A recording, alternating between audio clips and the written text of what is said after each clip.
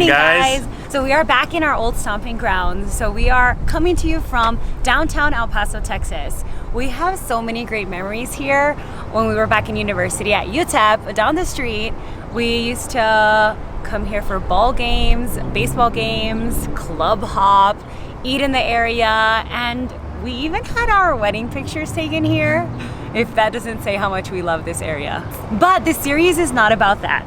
This series is about approaching El Paso like a tourist would.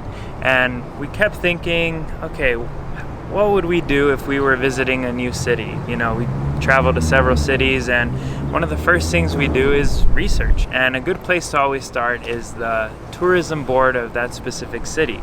So we did just that and went on the El Paso Tourism Board website, visitelpaso.com. And guys, we found tons of information. So much. Yeah, but most importantly, we found that they have an app. And so we downloaded the app, and we found that they have self-led walking tours all over the city, and they have one specific to downtown El Paso. And that's what we're going to do today. We're going to go on a self-led walking tour using the Visit El Paso app. But if you know us at all, first we need to grab a coffee. And lucky for us, it's right there. Let's go.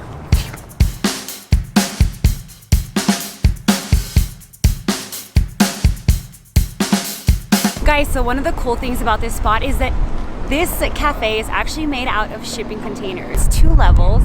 And on the bottom level, usually it's open to the public where you can order inside and then sit down. There's a couple seats inside. And then here upstairs is basically a little patio area and an enclosed seating area as well. So you can come here and do some work. We've actually worked here before. A really cool little spot. And right now we just hang out outside for now. But when it opens up again, we'll definitely be back soon. So let's head to our first stop, which is actually only like a minute away.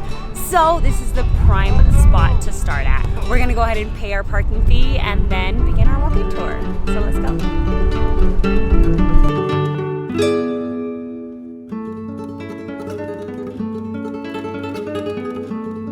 First stop on the walking tour, San Jacinto Plaza. the tour begins in the heart of El Paso, in San Jacinto Plaza, known to some as the Plaza de los Lagartos or Alligator Plaza. San Jacinto Plaza has a history dating back to 1881, originally serving as a town square and later a fully functional plaza that housed the infamous alligators that gave the square its name. The plaza has always been the heart of the city and its vibrant history. What was once a place to gather, hold meetings, watch the troops parade around the square, celebrate holiday festivities, and watch the alligators, today is a state-of-the-art urban open space. The alligators have been moved to the El Paso Zoo, and a sculpture by Luis Jimenez stands in its place to honor the alligators. This particular tour takes you to historical architecture, landmarks, and sites, and shows you more of the city's history. We've driven through downtown and seen these buildings countless times, but it's nice to learn about the history behind the buildings, purpose, and design. The Visit El Paso app gives a description of when it was constructed and what it served as, along with some other interesting facts that made us appreciate getting to know our city a bit more. Most of the buildings have been completely restored, but keep their original design on the exterior with beautifully remodeled interiors. Many of the buildings were designed by Henry C. Trost, and his style is reflected in his hundreds of creations all over the Southwest. Visit El Paso even has a tour on their app dedicated specifically to his works around the downtown area. One building that still serves its original purpose is the Plaza Theater, which was built and opened at the beginning of the Great Depression, has survived almost being demolished, been restored, and today serves as El Paso's most iconic performing arts center. From outside the Plaza Theater, you have views of 2 of the largest structures in El Paso, the beautiful Plaza Hotel and the Hotel Paso del Norte, previously known as El Camino Real. The downtown area, always improving, did have some areas under construction, so some areas were fenced off, but hopefully you can check out the finished Pioneer Plaza and then take a stroll down El Paso Street as you walk through the Mercado district.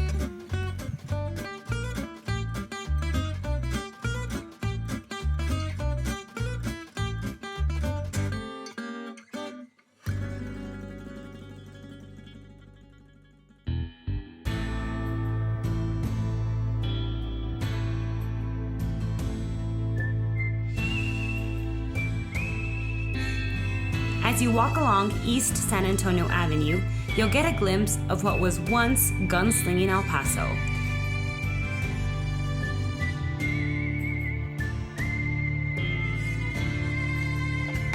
The site of the Acme Saloon tells the story of gunslinger John Wesley Hardin's death and marks the start of the old Parlor House District.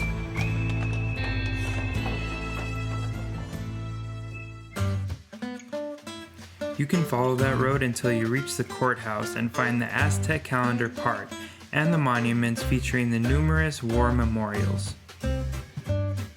This is where you start to loop your way back towards the starting point through the government district down Stanton, where you'll see Trost's beautiful Art Deco-styled O.T. Bassett Tower.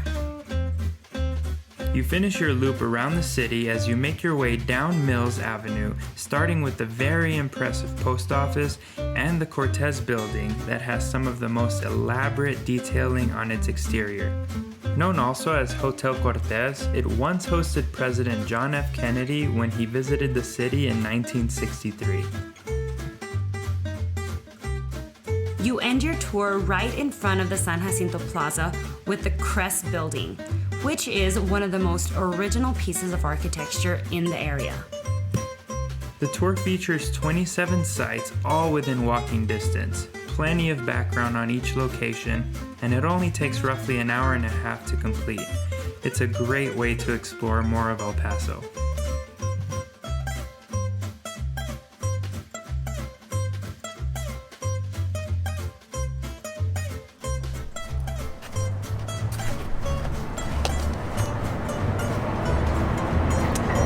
Well guys, it brings us full circle. We're back where we started. So now that we've wrapped that up, It's time to go get some food. and we are going to try a local town favorite. This is probably one of the restaurants that was most recommended to us by y'all. So we are embarrassed to say we've never even tried it before, We've never been there, which kind of sucks because apparently it's amazing. but it's better late than never, and we are starving, so we're really excited. It's about a 6-minute drive from here, so let's get to it. Yeah. Al & J's is a local favorite, serving the El Paso area since 1927 and known both locally and to those traveling through the area as the most visited spot for truly authentic Mexican food. It's a must-add to your list when eating in El Paso. So for those of you that are native to El Paso, you probably already recognize this place. We are here at Al & J's Cafe. So this is our first time Yeah, I can't ever believe it. coming here, but we're very excited. It's a lot busier than I thought it was going to be, but luckily we got a table super fast because I got down before the crowd got here. And they already brought us our chips and salsa, and we're gonna get started. 4 generations have run the restaurant, and it is hailed as the longest running family-operated restaurant in El Paso. It's been featured in multiple articles all over the internet, so it was easy for us to find the crowd favorites. Guys, I went with the tortilla soup. We read an article and it's supposed to be bomb. And Javier went with the classics, guys. Green chicken enchiladas. Where to begin? Right away, I noticed a difference in these green chicken enchiladas. There's like, usually it's just like a sauce, but these actually have like green chiles smothered all over them. It looks amazing. Go first. No, I'm gonna put mine on hold and try yours first. Oh God. Take 2. Try that again. That is so good. The frijoles.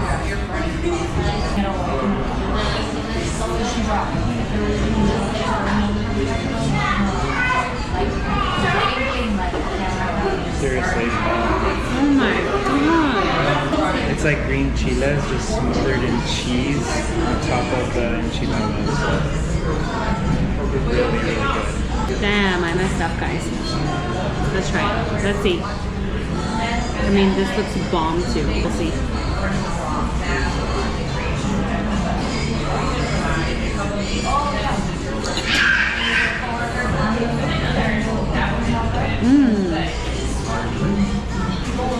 This is good too. So we've had numerous tortilla soups in Mexico. How does this one? pretty freaking bomb. Yeah.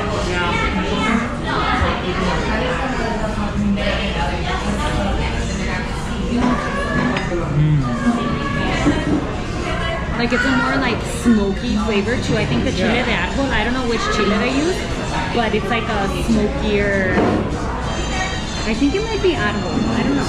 Definitely smokier. Definitely bomb. It's really good. I think we did good. Oh. And this is a medium size. They have a medium and a large size. I'm with the medium. We're gonna just devour this, guys. So we'll see you later.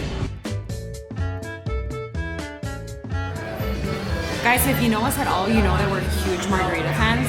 So we could not try their margarita. So I'm gonna be DD, but I am just gonna take a sip.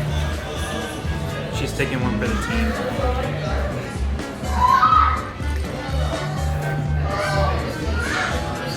Ooh, bomb. So this is Carlos and Mickey's one. Ouch.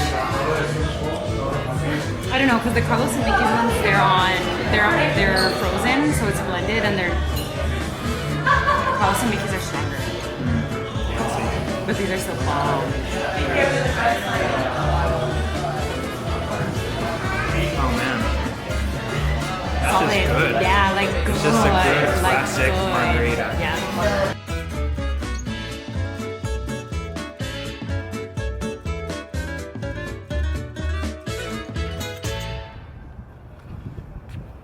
That definitely lived up to the hype, guys. There's a reason this place has been open since 1927. Almost 100 years. Service was great. The food was amazing. Impeccable. Yeah, the portions are really Great. good.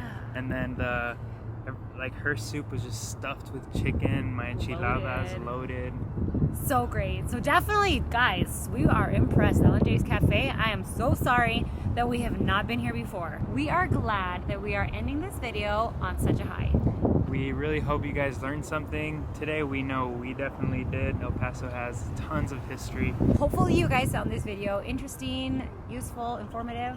And if you did, give it a like. Hit the subscribe button if you haven't. And then hit the bell so you get notified every time we post. And we'll see you in the next one, guys. Bye, guys. Bye. See ya.